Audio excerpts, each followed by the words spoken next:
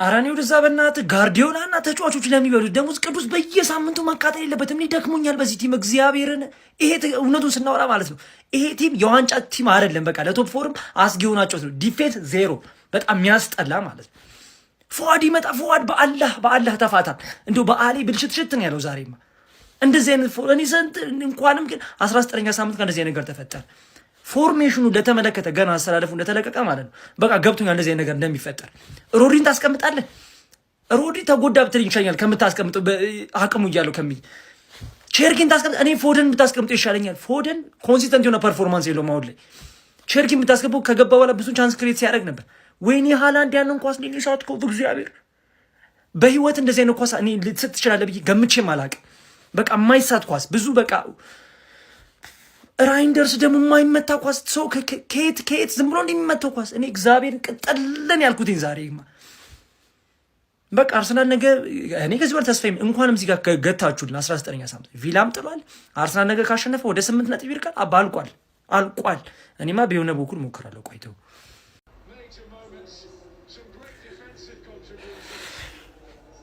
ቆሻሻ ናቸው። እግዚአብሔርን ቆሻሻ ደደብ ጥምብ አረ ሁሉም ይገባቸዋል። መጀመሪያ ግን ከፔፕ ነው የሚጀምረው። የመጀመሪያው ቆሻሻ ፔፕ ነው። ምንም አያገባኝም። ብዙ ታይትል አሳክቷል ምናምን ልትለኝ ነው መተህ አሰልጣኛችን እንዳትናገር ልትለኝ ነው። ቆሻሻ ሁሉም ቆሻሻ ነበር ዛሬ። ስለ ሌላው ጊዜ ሳይሆን ስለ ዛሬ ነው የማወራው። ደደብ ነው ሁሉም። ለነገሩ ተጫዋቾቹ ምን ያርጉ? ያንን ደደብ ላይ ናፕ ይዞብን ገብቶ ፔፕ ምርጥ አቋም ላይ የነበረውን ሮድሪ አስቀምጦ በኒኮ ጎንዛሌዝ አጫወተ። እኔ ኖ ሄት ቱ ኒኮ ሲልቫ ምን አረገ? 2-0 መሪነትን ላይ ያረገ የሚችለውን ኳስ ሳተ። ሲልቫ ባዶ ጎል ብትሰጠው አያገባ። ምን ላውራ?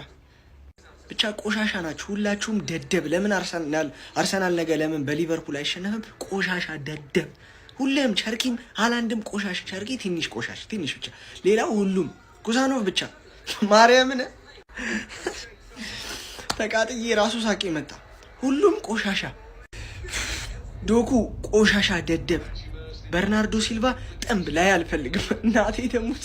ማቴስ ኑኔዝም አይችልም፣ ይታለፋል። ያልተሸነፍነው ራሱ ሚቶ ማዝኖልን ነው። ሌላኛውን ማለት ነው አይላ ቀብል ከማገባ ከምደግ ማለት እመጣለሁ በሌላ ቪዲዮ። ኡፍ ሌላቻ ደግሞ ኧረ በስመ አብ እንዴት አይነት የሚያስጠላ ጌም ነው ዛሬም የተጫወት ነው። ጭራሽ እኔ ተከላካያችን እንዲህ ሳስቶ ማለት ነው ልጆቹ እንደምንም አድርጎ ገጣጥሞ የተጫወቱት። ከፊት ደግሞ በከቱ ዛሬ ሃላንድ፣ ቸርኪ፣ ዶኩ፣ ፎደን ሁሉም ማለት ነው እንዴት እንደሚያስጠሉ ማለት ነው። የምሬን ነው የምላችሁ። ማለት እኔ ያኛው ቢያንስ ይሻሻል የኛው የሆነ ነገር እንግዲህ በሶስት ተከታይ ጌም ነጥብ ጥለ ታይትል ሬስ ውስጥ ነኝ ማለት በጣም ገባር ነው። በጣም ማለት ነው ካሁን በኋላ ነው ታምር ተፈጥሮ ወደ ታይትል ሬሱ ካልተመለስን በስተቀር አይ ቲንክ ይሄ ከባድ ይመስለኛል። ስለ ታይትል ሬስ ሳይሆን አሁን ማውራት ያለብን ስለ 3 ነጥብ ነው። 3 ነጥብ እንዴት እናገኝ፣ ጎል እንዴት እናግባ። ጎል ማግባት በጣም የተቸገረው ዛሬም ከፔናልቲ ስፖት ነው ያገባሉ። ጎል እንዴት ነው ማግባት ያለብን የሚለው ነገር በጣም አሳሳቢ ይመስለኛል። ከፊት ያለው ተጫዋቾቻችን በቂ አይመስለኝም። ከኋላም ዶናሩማ ብዙ ነገር እያተረፈን ነው እንጂ አክቹአሊ ከኋላ ኤክስፔክት ይደረጋል እነዚህ ብንሆን ከኋላ ችግር የለውም። ከፊት ግን ያሉ ተጫዋቾች ምን እየሰሩ እንደሆነ ሃላንድን ጨምሮ ማለት ነው ቸርኪ፣ ፎደን፣ ዶኩ ሁሉም ሬንደርስ ምን አይነት የሚያስጠላ ጌም ነው ተጫወቱት በርናንዶ ጨምሮ ማለት ነው። በጣም አሳፋሪ ናቸው። ዚስ ሌቨል ከኛ በታች ነው እንደ ፓሽን ናቸው። ለዚህ ማሊያ ስትጫወት እኮ የሆነ ፓሽን ሊኖር ይገባል። ፍዝዝ ያለ የሚያስጠላ ማለት ነው። እኛ ጎል ለማግባት የምናወጣው ኤነርጂ እንዳይመስላችሁ በቀላሉ ማንም እየመጣኛ ላይ ያገባል። እኛ ግን ጎል ለማግባት የምናወጣው ኤነርጂ የምንሰቃየው ስቃይ እንዳይመስላችሁ። እስኪ ደራጁ ይጠብቃሉ። ፍዝዝ ያለ ገና ሁሉም እስኪ ይመለሱ። ጎል ደግሞ እየደረቡ የሚመቱት እያዩ ማለት ነው። እየተደረበ ዝም ብሎ ይመታበታል። አሁን በቃ አትጋፉ። አይደለም ይኸውላችሁ፣ ስለ ወደፊት ጣፋንታችሁ ማወቅ ፈልጉ በቀኝ እንግዲህ ስለ ቡድናችሁ ደግሞ ወደፊት ጣፋንታ ማወቅ ፈልጉ በግራ በኩል ያዙ። ይሄ ሁሉ ባንዴ ማስተናገድ አልችልም። እኔ ይከብደኛል። እኔ ማለት ታሪካዊ ሰውኛለሁ ጀምሮ ሻምፒዮን ሆኛለሁ። 3 ተከታታይ ቋጠሮ አንድ ቡድን ላይ በታሪኬ ቋጠሬ አላውቅም። በታሪክ አንተ 3 ተከታታይ ቋጠሮ ሰራልኝ። ማን እኔ ራሱ እኮ ማጂክ ሆኖብኛል። ማጂክ ሆኖ አሁን እንዴት ነው የሚተኛው? እንዴት ነው የምተኛው? ይሄ እኮ ድርብ በዓል እኮ ነው ጀማው፣ ድርብ በዓል እኮ ነው። አስባችሁታል? ነገ ሊቨርፑልን ከለጠፍነው ልዩነቱ ስንት እንደሚደርስ በቃ ግድም እናደርገዋለን። ሊቨርፑልን ልዩነቱን ማፍካት ነው ከዚህ በኋላ ይኸውላችሁ። አይ እሺ አሁን ወረፋ የያዛችሁ ሰዎች ቀስ በሉ፣ አትጋፉ። አሁን ኮሜንት ሴክሽን ላይ መጣችሁ ይሄ ፈጸምልኝ በሉ እሱን ብቻ ኮሜንት አስቀምጡ። እሱ ልነግራችሁ ነው የመጣው እና ግርግር አያስፈልግም። እኔ ከአርሰናል ውጭ ብዙ መቋጠር አይመቸኝም ነበር። ሲቲዎች ይቅርታ አድርጉልኝ፣ ይቅርታ። ዘንድሮ ሰምሯል። ምንም ምርምረው ነገር የለም የኔ አባት፣ ምንም ምርምረው ነገር የለም። ከማን ጋነርስ ከማን እሺ ሲቲዝንስ የምትሉኝ ነገር አለ? አንጠባጠባችሁት ነው ብላችሁ እኮ አንጠባጠባችሁት። ሌሎቹ 18 ቡድኖችና አደራጃቸው ዋናው ማን እናንተ ላይ ነው የሚቋጠሩት ወይስ ለእናንተ ነው የሚቋጠሩት? ግራ ያጋባል እኮ ማን፣ ግራ ያጋባል። እኛ ብቻችንን ማን እንደዚህ ሁላ ልናንጠባጠባችሁ አንችልም። ተንጠባጠባችሁት እኮ ማን። ሮሪ ተቀይሮ ገባ፣ ምርጥ ነበረ። መከላከል ላይ ማን ሌላ እንዳይገባባችሁ ገባችሁ አይደል? ሳትጠየቂ ይመጣል ጀመርሻው ሳትጠየቂ። አሁን የነገ ጨዋታ ማለት ነው በቃ ዝም ብለን ፈታ ብለን ነው የምንጮተው። ፈታ ብለን ማለት ነው ምንም ፖይንት የሌለው ለክብር ነው የምንጮተው። ልክ እንደነዛ ማለት ገባሽ አይደል? አንድ የሚደነቅ ነገር ማለት ነው ኩሱኖቭ ይሮጣል ነው ማለት እንዴ። ቦልቱኖቭ ነው እንጂ ቦልቱኖቭ እንዴ ማድሪድ እንትና ባርሳ መሄድ ነበረበት። ይሄ በቃ የሃይላይን ተከላካይ ቀላል ይሮጣል፣ ስፒድ ትጠላለህ ነው ማለት። ደግነቱ ግን ፎደንና ዶኩ ተመልሶ ኳስ ጠፋባቸው። ኳስ ስለጠፋባቸው ምንም አታመጪ። አሁን ታየሽ ምንም እንደማታመጪ ታየሽ ወይ? ሁላችሁንም ዛሬ አየኋችሁና ትችላላችሁ ምናምን ያልኳችሁ ተጫዋቾች ማለት ነው የምትችሉት በአንጻራዊ ነው እንጂ የሚችለው የአርሰናል ተጫዋች ብቻ ነው። የአርሰናል ተጫዋች ብቻ ነው የሚችለው እዚህ ሊግ ውስጥ ማለት ፋርመርስ ሊግ ነው የምናደርገው። የ19 ቡድንህም ደጋፊ አንዱ አርሰናል ላይ ልትቆጥር ትችላለህ። አንዱ የአርሰናል ደጋፊ ግን 19ህም ላይ ከቆጠረ ነጥብ ያስጥልሃል። ያራዳ ልጅ ብራይተን የልጅነቴ ዋንጫውን ትሰጡናላችሁ ወይስ መተን እንቀበላችሁ? ጊዜ የለንም አሁን ማለት ነው። ወደ 2027 ነው ማሰብ ያለብህ። 26 27 ሲዝን ነው ተጠናቋል። ነገ ማለት ነው ሊቬ ላባሽን ነው የምበት ነው እንዲህ ማለት ነው። ጆብ ማሞኒ ነው የምለው ማለት ነው። ዋው ብራይተን፣ ዋው ካሮ ሚቶማ። እናንተ ምን አይነት ቋጠሩ ነው? እኔ አንድ አግብቶላ ማለት ነው ብራይተን እንደሚያገባ እርግጠኛ ነበርኩ። የአርሰናል ደጋፊ እንኳን ደስ አለ። ነገ ደግሞ ደስታ እጥፍ ድርብ ይሆናል። በስማ ምን አይነት አመት ባለው አታ ሄይ እኔ ይኸውላችሁ ፉክክር የሌለው ነገር በጣም ነው የሚያስጠላኝ። በቃ ምንም ፉክክር ህይወት ሲቀል ያስጠላል። አፔ እንደው ምናምን ከሌለው ምንድን ነው ለምንድን ነው ነጥብ የምጥሉት? እኔ ለእናንተ ነበር ስቋጥረኝ ነበር። ምክንያቱም ፉክክር እፈልጋለሁ። በዓል ነው ስጦታ ልትሰጡኝ እንደምፈልጉ ማውቃለሁ። ግን አቻ ለምን እንደምትወጡት? ኧረ ብራይትኖች እንዴት እድለኛ ናቸው ግን። በዛ ላይ በኢየሱስ ስንት ኳስ ነው የተሳተው። ሃላንድ ስንት ኳስ ነበር ሲሞክር ነበር። ዝም ብሎ ይሳሳታሉ። እንዴት እንደሚሳት አላውቅም። ግን ሲቲም ተስቶለታል። ማን ለበዓል ሰሜኔው ተሰጣችኋ ዋዜ መውለት ለበዓሉ ቀን ደግሞ እናንተ ለኔ ሰጣችሁኝ 2 ነጥብ ማለት አልፈልግም። በቃ አልፈልግም። እኔ አታስጨንቁኝ እንደዚህ። አረበስ አችሉ ጉብዬ ዛሬም ደገምሹ ጉብዬ ምንድነው እንደዚህ መቅዘን? ምንድነው እንዲህ መንበጫበጭ? መላጣ እኮ በቃ አለቀ። ፌደርጋል እኮ አልቋል። በቃ አለቀ። የአርሰናል ደጋፊ ምን አይነት ቋጠሮ ሊቋጠር ነው? እንደዚህ ቋጠሮ ምን አይነት አቆጣጠር ነው? በቃ ፔፕ እኮ ከአርሰናል ቀድሞ መባወር ያለበት እኮ ሰጠኝ እኮ በቃ ጨርሰሃል። በቃ ፌደርጋል ጉብዬ ደገምሹ ዛሬም አርሰናል ብቻ እኮ ብቸኛው ክለብ ሲጫወት 3 ነጥብ ሳይጫወት 2 ነጥብ የሚያገኘው ብቸኛው ክለብ እኮ። ነገ በአግባብ ይሰጥሻል። ማስተካከል ሊቨርፑል ነው ደግሞ ሊቨርፑል ነው በአግባብ ይሰጥሻል። ሆኖም ቀረብ ነገም ቢሰጥሽም የ5 ነጥብ ልዩነት አለሽ። ይህ ዓመት ያርሰናል ነው ደግሞ።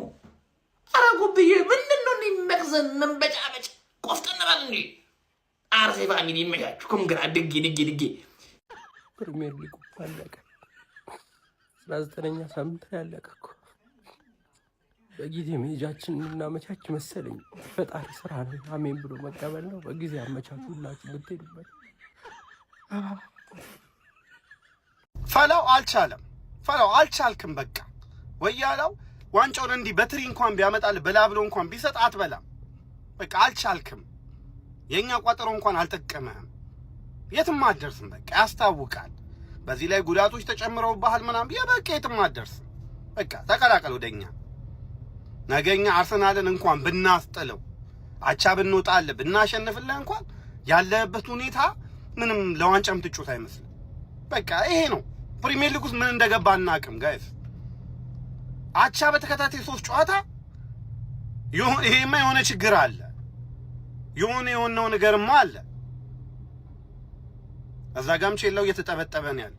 አልቻልክም። በቃ ምንም ማድረግ አይቻልም። ዘንድሮ የኛ ሲዝን አይደለም። አሳልፈን ዋንጫውን ሰጥተነዋል ወያለው። በቃ ይመቸው። በቃ ወያለው በለው ይሄንን ዋንጫ። በቃ ምንም ማለት አይቻልም። አቤት!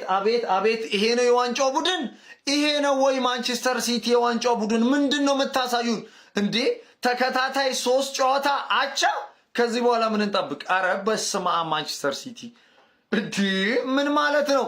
አረ በጣም ነው የሚያስገርመው። ከምሬን ነው የምላችሁ። በእርግጥ በዛሬው ጨዋታ ማንቸስተር ሲቲ ምርጥ ነው፣ ግን ምን ዋጋ አለው? 3 ነጥብ ነው የሚያስፈልግ በዚህ ሰዓት። 3 ነጥብ ነው የሚያስፈልጋችሁ በዚህ ሰዓት። አለበለዚያ ለነገሩ እኮ ተቋጥሯል። ቋጣሪዎቹ ቋጥረውታል ቁጭ ብለው። እኛ አይደለንም ቋጣሪዎቹ፣ ቋጥረውታል። በጣም ነው ባይዞ። በዛሬው ጨዋታ ማንቸስተር ሲቲን ዋጋ ያስከፈሉት በርናንዶ ሲልቫና ኤርሊንግ ብሮት ሃላንድ። በእርግጥ የመጀመሪያው ጎል የሱ ነው ቢሆንም በፔናልቲ ነው፣ ግን ይሄንን ኳስ ማስቆጠር ነበረበት። በርናንዶ ሲልቫ ያን ኳስ ማስቆጠር ነበረበት። ዋጋ ከፈለ ማንቸስተር ሲቲ። እንዲህ ቼርኪ ተቀይሮ ገብቶ እንደዛ ተጽዕኖ ፈጥሮ የሚያገኙቸውን እድሎች ማንቸስተር ሲቲዎች ሊጠቀሙ አልቻሉም። በዛ ላይ እንግዲህ ያስቡት፣ አሁን ማንቸስተር ሲቲ ብዙ ተከላካዮች ተጎድቶበታል። ቤስት የሚባሉት ማለት ነው። እጅግ በጣም ነው ያው በዛሬው ጨዋታ ላይ ባይዞ ኩሳኖቭን ሳላደንቅ አላልፍም። እጅግ በጣም ጥሩ መከላከልና ጥሩ ብቃትን እያሳየ ያለ ተከላካይ ነው። ግን በዚህ አይነት ለዋንጫ አካሄድሽ ያሰጋኛል። እኔ ከምሬን ነው የምላችሁ። ማንቸስተር ሲቲ የዋንጫ ነገሩ ጥርጣሬ ውስጥ እየገባ መጥቷል ካሁን በኋላ። ከምሬን ነው የምላችሁ። ለማንኛውም አይዞን ያጋጥማል። ግን ያው ቋጣሪዎቹ እነሱ ናቸው። እኛ ምንም ማድረግ አንችልም። ፔፕ እና ማንቸስተር ሲቲን ምንድነው የነካቸው ጋይስ? 3ኛ ተከታታይ ጨዋታ ነጥብ ጥለዋል። ይሄ ደግሞ ለአርሰናል እጅግ በጣም መልካም የሚባል ዜና። በዋንጫ ፉክክር ውስጥ አሁንም ቢሆን ትልቅ ልዩነት ሊፈጥር የሚችል አይነት ውጤት ነው የተመዘገበው። እንግዲህ ማንቸስተር ሲቲ በሜዳው ኢታሃድ በ21ኛ ሳምንት የእንግሊዝ ፕሪሚየር ሊግ ጨዋታ ብራይተንን ገጥሞ 1-1 በመለየት ነው እንግዲህ ነጥብ ተጋርቶ የተለያየው ማለት ነው። ነጥብ ተጋርቶ ለማለት ይቸግራል። ነጥብ ጥሎ ማለት ይቀላል። የዋንጫ ፉክክር ውስጥ ያለ ቡድን እያንዳንዱ ፖይንቶች አስፈላጊ ናቸው። በተለይ ደግሞ ላለፉት 2 ጨዋታዎች ነጥብ ለጣለ ቡድን ይሄ ጨዋታ ሚናው ከፍ ያለ ነው። ያው መሪው አርሰናል ደግሞ ነገ ከሊቨርፑል ጋር የሚያደርገው ጨዋታ ስላለ ያንን ጨዋታ ምናልባት የተለየ ነገር የሚፈጠር ከሆነ እንደ አድቫንቴጅ ሊጠቀምበት የሚችል አይነት ጨዋታ ነበር። ነገር ግን ያንን ሳይጠቀምበት ቀርቷል። ፔፕ ጋርዲዮላ በድጋሚ ማለት ነው ጥያቄ የሚያስነሳ ግስጋሴ ላይ የሚገኛሉ ማለት ነው። ምናልባት ይሄ ጉዞዋቸው ወደ ድል የማይመለስ ከሆነ አስቸጋሪነት ሲቲ ቤት እየተፈጠረ እንደሆነ እየተመለከትን ነው የምንገኘው። በዚህ ጨዋታ ላይ በሲቲ በኩል 41ኛው ደቂቃ ላይ ኤርሊንግ ብሮት ሃላንድ በፔናልቲ ጎል አስቆጥሮ ፈርስት ሃፍ 1-0 እየመሩ ነበር የተጠናቀቀው። ሰከንድ ሃፍ በብራይተን በኩል ሚቶማ 60ኛው ደቂቃ ላይ ቆንጆ ጎል አስቆጥሮ ጨዋታው 1-1 በዚህ ውጤት ተጠናቀቀ ማለት ነው። ሲቲዎች ሰከንድ ሃፍ በጣም በርከት ያሉ የጎል ድሎችን ፈጥረው ነበር። በጣም በርከት ያሉ እነዛን ግን መጠቀም አልቻሉ ነበር። ኤርሊንግ ብሮት ሃላንድ የተለያዩ ጨዋታዎች ጎሎችን የሚሆኑ አጋጣሚዎችን አግኝተው ሳይጠቀሙባቸው ቀርተዋል። ያ ደግሞ ዋጋ አስከፍሏቸዋል። ማንቸስተር ሲቲ እና ፔፕ ጋርዲዮላም ጉዞዋቸው ግራ የሚያጋባውናል። በፕሪሚየር ሊጉም አሁን ላይ አርሰናል አንድ ቀሪ ጨዋታ እያለው በ5 ነጥብ ዝቅ ብለው በ43 ነጥብ ሁለተኛ ደረጃ ላይ ተቀምጧል። ነገ አርሰናል ሊቨርፑልን መርታት የሚችል ከሆነ ከሲቲ ጋር ያለውን የነጥብ ልዩነት ወደ 8 ከፍ ማድረግ ይችላል ማለት ነው። ለማንኛውም ስለዚህ ማንቸስተር ሲቲ ምን ትላላችሁ? ሀሳባችሁን ኮመንት ሴክሽን ላይ አካፍሉኝ። የፕላስ ምልክቱን በመጫን ፈጣንና አዳዲስ የሆኑ ኳስ መረጃዎችን ማግኘት ይችላል። የስ ወደ ራሷ ነው እያልኩ እየተናደድኩ ነበር።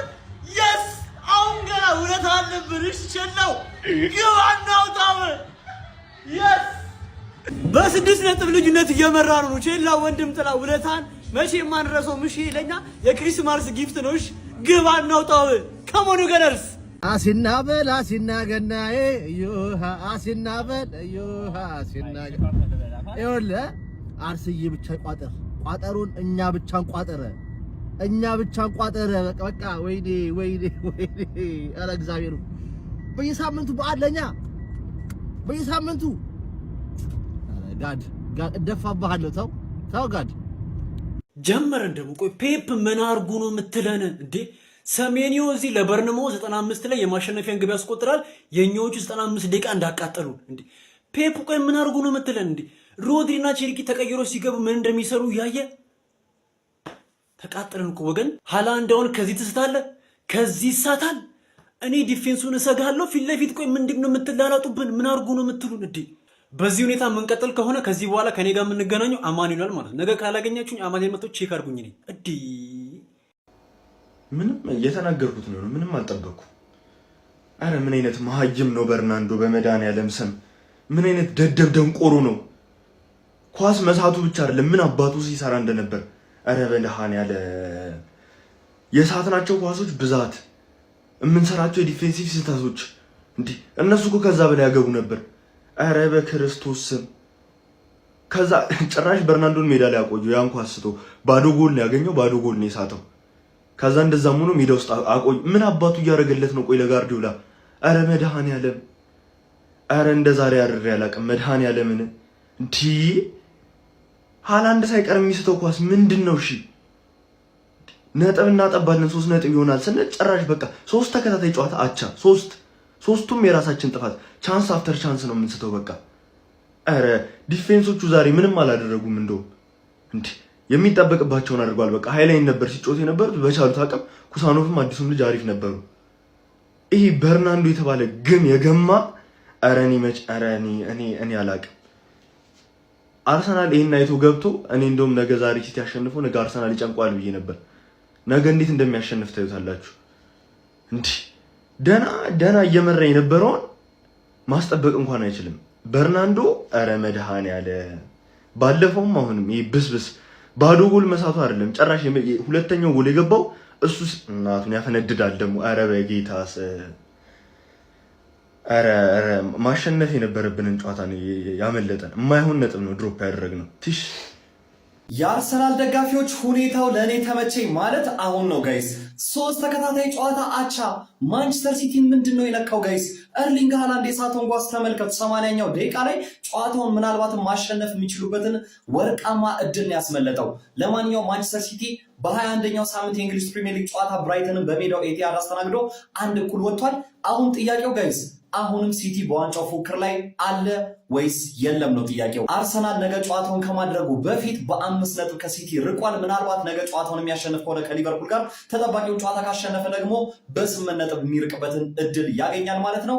ሲቲ በዋንጫ ፉክክር ውስጥ አለ ወይስ የለም? ሀሳብ አስተያየታችሁ፣ ምላሻችሁን ኮሜንት ሴክሽን ላይ አስቀምጡልኝ። ሜዳ ስፖርትን ፎሎ ማድረግ እንዳትረሱ። ስለሚቻል ግቡና አውጡት። አሁንም ከኛ ኋላ መከተል አትችሉም። በተከታታይ 3 ጨዋታ ጣልክ። በተከታታይ ለእኔ ሲጠበቅ የነበረው ነገር ለአንተ መጣልህ። እጢነህ እከክነህ በገዛ ሜዳ ትውረገረጋለህ። ተግማማ እዛው። እኛ ላይ ግን መቼም ልደርስ አችልም። ሼር፣ ኮፒ ሊንክ፣ ሪፖስት አድርገህ ለዚህ ህፃን አድርስለት። ተኙ እንቅልፋችሁን። ከዚህ በኋላ ተኙ። ዋንጫኛ ነው። ያው እንግዲህ እኛ ገና ሳንጫወት ከማንቸስተር ሲቲ ጋር ያለን የነጥብ ልዩነት 5 ፖይንት ክሊር ነው። ነገ እናሸንፋለን፣ 7 ፖይንት እናደርገዋለን። ይመቻችሁ ገነርሳውያን። ዘንድሮ ዋንጫ የኛ ነው። ኮመንቱን አጨናንቀን። ሼር፣ ኮፒ ሊንክ፣ ሪፖስት ደግሞ አይረሳ። ሜላት በዓልን እንኳን ደቂቃ ጨምሪ። በፍጹም አለች ብራይተን። የምሬ ነው። የሲቲ ደጋፊዎች ከአርሰናል ጋር ያለው ልዩነት 8 ሆኗል። የምሬ ነው። በቃ ማርያም የምሬ ነው። ዘጋ የዛሬው ጨዋታ።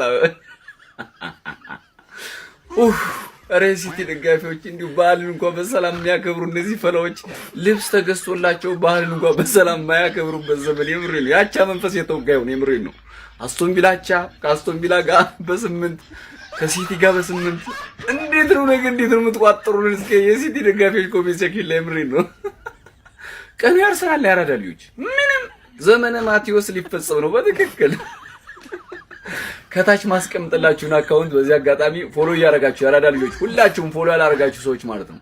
በአንድ ወር ውስጥ ቻሌንጅ ተሰጥቶኛል የ50 ሺህ ብር በአንድ ወር 30,000 መግባት አለበት። ሳዳ ፊኒሽንግ የሚል ማለት ነው። የአራዳ ልጆች ይመቻችሁ። ነገ አርሰናል የሚያሸንፍ ከሆነ ሊቨርፑልን ዋንጫው ስጧቸው። ስለ ሲቲ ማለት ዋንጫውን አንስተን አሁን ራሱ አሁን ባለው ፎርም ብንሰጣቸው አይፈልጉትም። ስለ ጥለውት ነው የሚሄዱት እና ነገ ሊቨርፑልን አርሰናል የሚያሸንፍ ከሆነ አብቅቷል፣ ሁሉም ነገር ያበቃል። 7 ፖይንት ነው 8 ፖይንት ነው ይደረሳል ምናምን። ሲቲ አይፈልገውም ዋንጫውን። በዚህ ሲዝን ዋንጫውን ለማንሳት ብትሰጠው ራሱ ለማንሳት ዝግጁ አይደለም እና ነገ አርሰናል አሸንፉ፣ ሲዝኑ አብቅቷል። እንደ አዲስ ሲዝኑን ብንጀምር ስለ ምንም የምንጠብቀው ነገር የለም። ይሄ ቲም የዋንጫ ቲም አይደለም። አሁን በቃ በግልጽ ታየዋለህ። ተከታታይ የጣላቸውን ነጥብ ስታይ አልፈልገውም ዋንጫውን አርሰናል ይወሰደው ብሎናል። 8 ነጥብ ነገ ካሸነፈ የጸዳ ይሆናል ማለት ነው። ዋንጫውን ስጧቸው፣ አብቅቷል። ምንም ነገር የለም የምንጠብቀው ነገር። እኛም አብቅቶልናል። ዋንጫው ወሳጁ ታውቋል። ስለዚህ ለምንድን ነው የምንደክመው? ለምንድን ነው የምንደክመው? እንዴ አብቅቷል በቃ። ሸበለው ያንጠባጠብከዋል መሰለህ። እኛ ገና አንድ እኩል ነን ማለት ነው። እየተመለከታችሁ ነው ጋይስ።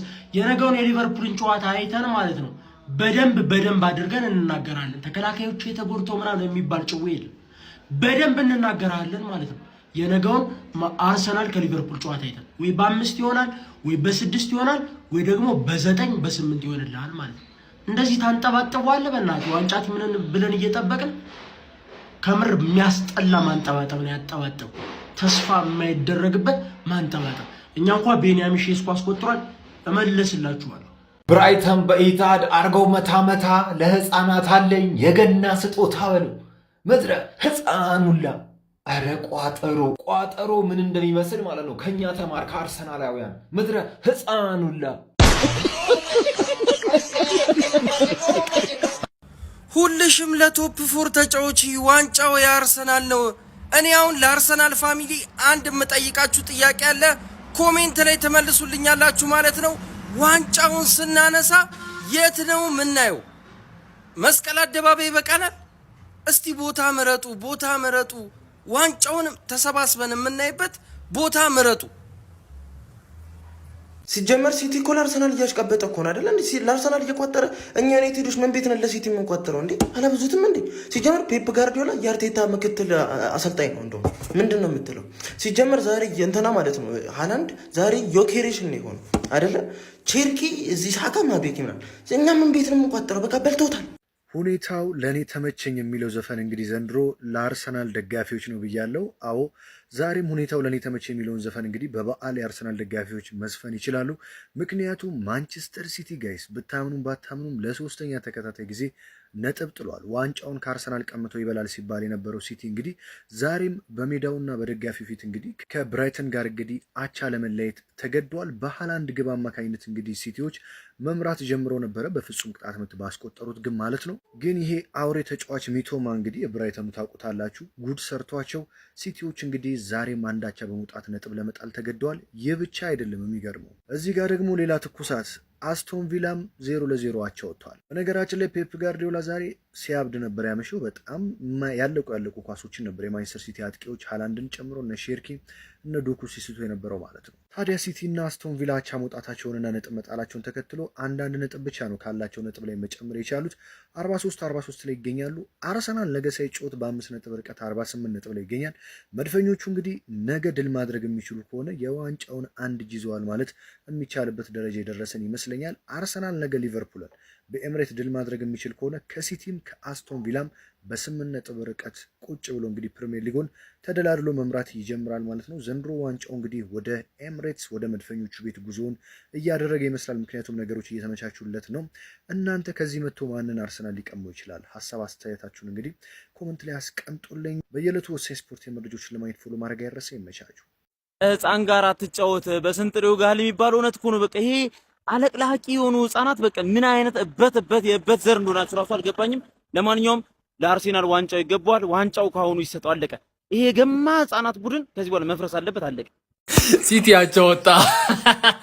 ሲቲ አቻ ወጣ። ግባ እናውጣው ግባ።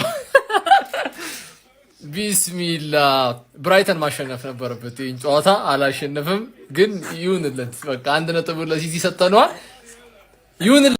ተጠባቂ የማንቸስተር ሲቲ እና የብራይተን ጨዋታ እንግዲህ አንድ አቻ በሆነ ውጤት ተጠናቋል። ሲቲዎች አሁንም ፈተና እየበዛባቸው ነው የሚመስለው። ነገራቶች ሁሉ እየከበዳቸው ነው። በሜዳቸውና በገዛ ደጋፊያቸው ፊት ለፊት እንግዲህ ነጥብን መጣል ለመጣል ተገዷል። ብራይተኖች በጣም ከባድ ነበሩ። በማጥቃቱም ላይ በመከላከሉም ላይ በጣም ከባድ ነበሩ። እንግዲህ ሲቲ ዛሬ ባሳየው አቋም ወደፊትም በዚህ የሚቀጥል ከሆነ ከዋንጫ ፉክክሩ ይወጣል የሚል ግምት አለኝ። ሆኖም ያም ሆነ ይሄ እንግዲህ ለአርሰናል በጣም ትልቅ እድል ነው። አሁን ጋፑ በ5 ነው። ነገ አርሰናል ሊቨርፑልን የሚያሸንፍ ከሆነ ወደ 8 ይሰፋል። እንግዲህ ነገ ከባድና ተጠባቂ ጨዋታ ይሆናል ብዬ ገምታለሁ። ቼልሲ ተሸንፏል። አስቶን ቪላ የዋንጫ ፉክክር ውስጥ አለ የሚባለውም አቻ ባዶ ለባዶ ተለያይቷል። ቶትናም ዶሮዋ አለች እንዴ? እሷም ተሸንፋለች በሚገርም ሁኔታ በቦርንማውዝ 2-1። ነገ በዚህ ሰዓት እስከምንገናኝ ድረስ እንግዲህ መልካም ምሽት ይሁንላችሁ። መልካም እድል ለገነርስ። አረ ፔፕ በፈጠረ ይህንን ኤክስፐሪመንትህን ተወው፣ ይህንን ያዘው። እሺ በርናንዶ ሲልቫ አንተ ቡሽቲ የቡሽቲ ልጅ ይህንን ይግባል። እኔ በርናንዶ ሲልቫ ቆይ ደክሎታል እንዴ? ቆይ እረ በፈጣሪ ስም ምንድን ነው? እስኪ ኳስ ታያላችኋ? እስኪ ንገሩኝ፣ የበርናንዶ ሲልቫ ጥቅም ምንድን ነው? በእናታችሁ እኔ ይሄ ሰውዬ ማለት ነው እንደው አንድ ሰው እግሩን ሰብሮ የሚጥልልኝ ይጥፋ። እስኪ ጥቅሙን ንገሩኝ። በዛሬ ጨዋታ ምን አደረገ? ክፍት ኳስ ለብቻው ሲስገበገብ ለሃላንድ መስጠት ያለበትን ኳስ ማለት ነው እሞክራለሁ ብሎ አወጣው። የገባው ኳስስ እንዲህ አፈንድዶ መከላከል አይችልም። እኔ እናቴ ትሙት ነው የምላችሁ። እኔ በዚህ ልክ ተጫዋችን ጠልቼ አላቅም። የመጨረሻ ቡሽቲ የሆነ ተጫዋች ማለት በርናንዶ ሲልቫ። ጭራሽ ብሎ ፎደንን አወጣው። እሺ ኒኮ ጎንዛሌዝ ምን አደረገ? ሮድሪ ከጉዳት የመጣ ተጫዋች ለብቻው 6 ቁጥር ቦታ ላይ እንዲጫወት ኒኮ ጎንዛሌዝ። በርናንዶ ሲልቫ ለምን አታወጣውም? ይኸውላችሁ በርናንዶ ሲልቫን አትናገር የምትሉት በሙሉ ያዙ ይግባላችሁ። ከዚህ በኋላ እኔ በርናንዶ ሲልቫ ካልወጣ የሲቲን ኳሳ ላይ ቸው። በምድራችን እንደ አርሰናል ደጋፊ ፈጽሞ ደስተኛ ያለ አይመስልም። በዚህ ሰዓት እንደ አርሰናል ደጋፊ ደስተኛ ሰዎች ማግኘት ፈጽሞ ይከብዳል። የለንደኑ ኩራት የሆነው አርሰናል ዛሬም ሳይጫወት ድል ቀንቶታል። አርሰናል ለዓመታት የዘለቀው የዋንጫ ረሃብ ዘንድሮማ የሚያሳካው ይመስላል። መድፈኞቹ መድፋቸው ስለው ለዋንጫ የሚያደርጉት ጉዞ እየሰመረላቸው ይመስላል። የጋርዲዮላው ክለብ ነጥብ መጣሉ ተያይዞታል። ይህ ሁኔታ ታዲያ ዋንጫ ለተጠማው አርቴታ ምቹ ሆኖለታል። የአርቴታው አርሰናል ነገ ከሊቨርፑል የሚያደርገውን ጨዋታ ማሸነፍ የሚችል ከሆነ ከማንቸስተር ሲቲ ጋር ያለው የነጥብ ልዩነት የሚያሰፋ ይሆናል። እናንተስ ስለ አርሰናል ምን ትላላችሁ? አርሰናል ዘንድሮ ዋንጫው ያሳካዋል ብላችሁ ታስባላችሁ ወይ? ሐሳባችሁን ግለጹልኝ። ፎሎው እያደረጋችሁ ቤተሰብ መሆናችሁ አዘኑ።